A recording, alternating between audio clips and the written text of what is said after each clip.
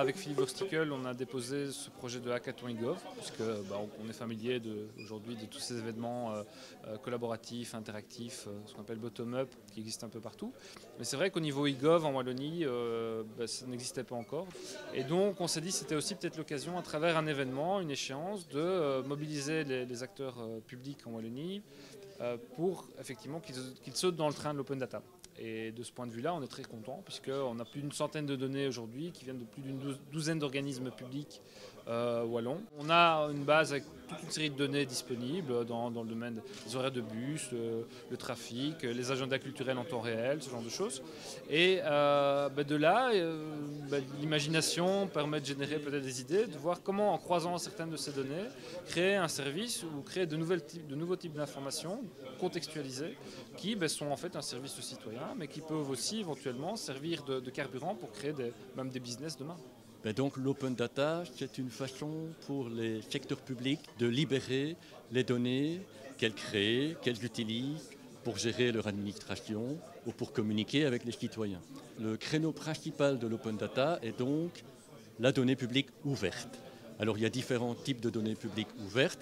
Il y a des données qui concernent, on va dire, l'administration elle-même, les rapports annuels qu'elle publie, mais il y a également les données qui sont importantes pour le citoyen. Dans tous les échanges que le citoyen a avec l'administration, il y a des données qui sont échangées, puis des statistiques. Si on prend par exemple le forum, les demandeurs d'emploi, il y a toute une série de données qui pourraient être réutilisées.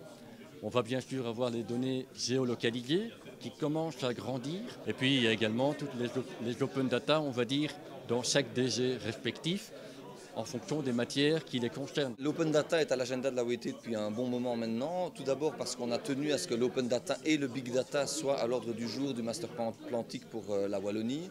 Deuxièmement, dans le cadre du développement d'une plateforme ICT pour la Wallonie, la OET est en train de cartographier toutes les entreprises et tous les acteurs du secteur ICT en procédant elle-même quelque part à une sorte de collecte open data de ces données. Et enfin, on a mis en œuvre une plateforme qui s'appelle opendata.aoet.be qui a pour objectif de collecter les jeux de données des organismes publics, des pouvoirs locaux, etc., qui souhaitent mettre à disposition du public et des développeurs des jeux de données ouverts. C'est important pour l'Infopole d'être un partenaire de l'Hackathon eGov parce que nous soutenons l'ensemble des entreprises wallonnes dans le développement technologique et qu'il y a eu déjà pas mal de débats sur les différentes technologies que l'on devait mettre en avant.